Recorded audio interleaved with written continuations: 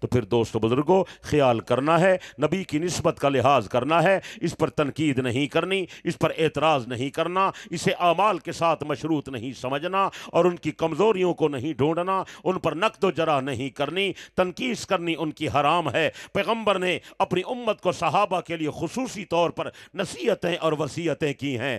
جناب امام الانبیاء صلی اللہ علیہ وسلم نے فرمایا اکرموا صحابی فإنہم خیارکم، لوگوں میرے صحابہ کی تعظیم کرنا، یہ تم میں سے بہترین لوگ ہیں، ان کی میرے ساتھ نسبت ہے، میری نسبت کا خیال کرنا۔ پیغمبر نے منبر پر کھڑے ہو کر امت کو خدا کا واسطہ دیا، اللہ اللہ فی اصحابی لا تتخذوہم غرضا من بعدی، لوگوں خدا کا واسطہ، خدا کا واسطہ، میرے صحابہ کے بارے میں اللہ سے ڈرو، انہیں ملامت کا نشانہ نہ بناؤ، انہیں تنقید کا نشانہ نہ بناؤ، ان پر اعتراضات نہ کرو، ان کی تنقید نہ کرو، ان کی توہین نہ کرو، ان کے عجوب کو تلاش نہ کرو، بلکہ ان پر نقد و جرح اور تبصرہ بھی نہ کیا کرو۔ پیغمبر نے وضاحت کر کے فرمایا فمن احبہم فبحبی احبہم، جنہوں نے میرے صحابہ سے محبت کی انہوں نے میری محبت کی وجہ سے ان سے محبت کی، ومن ابغضہم فببغضی ابغضہم، جنہوں نے میرے صحابہ سے بغض رکھا انہوں نے میرے بغض کی وجہ سے ان سے بغض رکھا،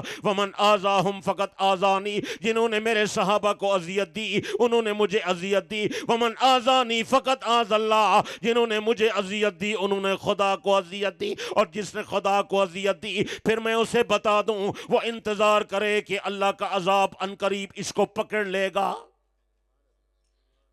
بڑی عجیب حدیث ہے، بڑی عجیب حدیث ہے۔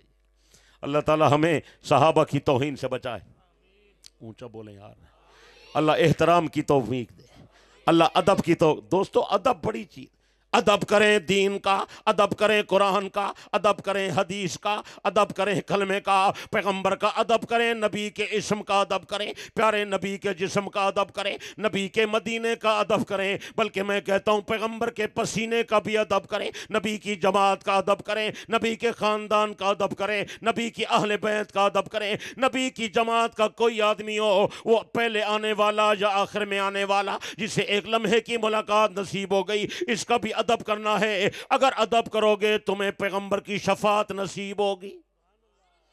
کریں گے؟ بولو یار۔ بلال کا اس لیے ادب کرتے ہیں کہ پیغمبر کا مؤذن ہے، سچ ہے۔ ابو بکر کا ادب کرتے ہیں، نبی کا سسر بھی ہے، نبی کا صحابی بھی ہے۔ عمر کا ادب کرتے ہیں، نبی کا سسر بھی ہے، نبی کا صحابی بھی ہے۔ غنی کا ادب کرتے ہیں، نبی کا دوہرا داماد بھی ہے، نبی کا جدی رشتہ دار بھی ہے، نبی کی پھپھی کی اولاد بھی ہے اور نبی کا صحابی بھی ہے۔ علی کا ادب کرتے ہیں، علی نبی کے چاچے کا بیٹا بھی ہے، خاندان بنی ہاشم سے تعلق رکھتا ہے اور پیغمبر کا صحابی بھی ہے اور حضرت ابی کا داماد بھی ہے۔ سمجھ آئیے؟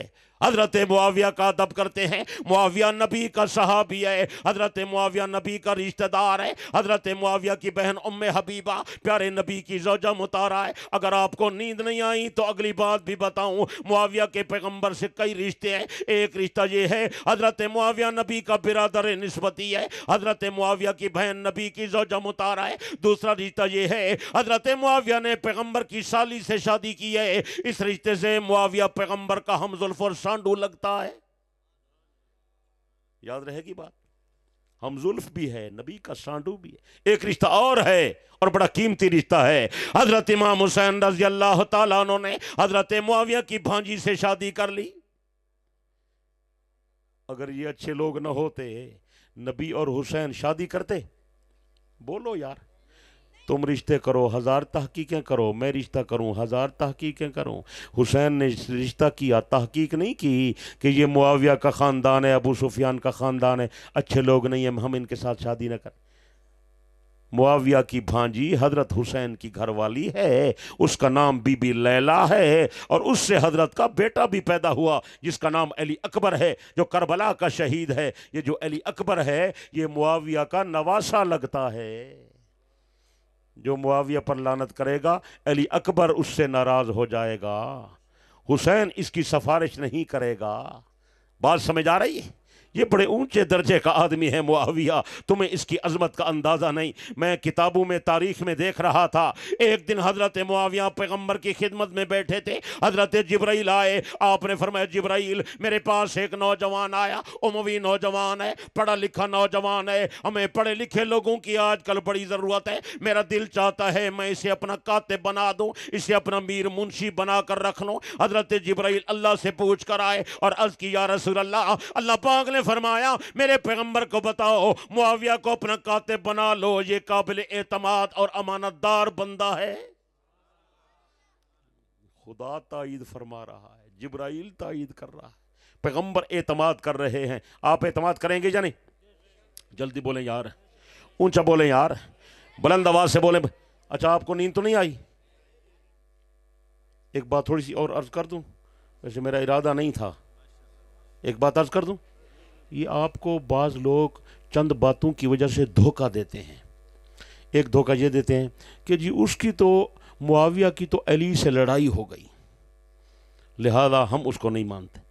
وہ اللہ کے بندے، وہ ہمارے بزرگ ہیں، دونوں ہمارے بڑے ہیں، دونوں صحابی ہیں، ہم دونوں سے محبت رکھتے ہیں، دونوں سے عقیدت رکھتے ہیں، دونوں کا احترام کرتے ہیں۔ اگر ماں باپ کی لڑائی ہو جائے، کسی کے والدین آپس میں لڑ پڑیں، آپ بتائیں آپ کس کا ساتھ دیں گے؟ ابھی آپ بولتے نہیں ہیں یارو، ملودی دی نات ویلے تو بڑے تو سر ٹپ دے نچ دے پے ہوئے تھے، بڑے پیسے لینے پے ہوئے تھے، ہوں تو رسا ہی سوک گئے، میں کوئی پیسے پہ منگدا؟ اللہ ہو تو صحیح نہیں، کس کا ساتھ دیں گے؟ ماں باپ کی لڑائی ہو جائے ساتھ کس کا دیں گے؟ سوچ کر بتائیں۔ اللہ کے بندے، یہ ہمارے ماں باپ ہیں، یہ ہمارے روحانی والدین ہیں، سچ ہے؟ بولیں۔ ہم نے دونوں کا احترام، ان کا معاملہ ان کے ساتھ ہے، ہم سے نہیں پوچھا جائے گا۔ جیسے نماز ہو رہی ہو با جماعت اور امام صاحب قرات کر رہا ہو، اور امام اگر نماز میں قرات میں بھول جائے، لقمہ کون دے گا؟